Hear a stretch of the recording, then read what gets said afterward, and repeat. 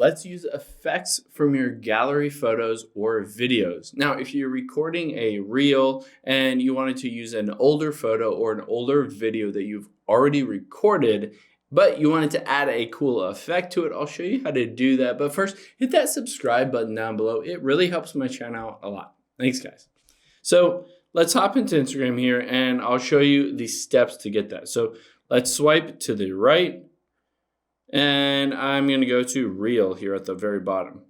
Now I'm going to choose a photo or a video that already exists and then add an effect to it.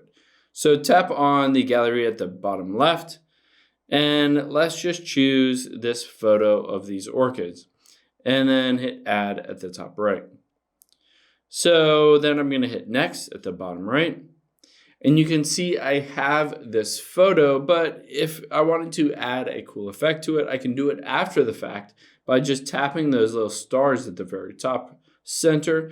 And now I can add any of these effects after recording. So I don't necessarily need to record directly in the Instagram app itself. I can record afterwards and just go through this list and choose whatever ones I want.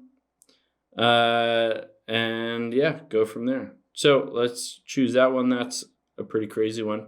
So now I have added it after the fact. I can always add music to whatever else, tag people, and then post it on my Instagram Reels.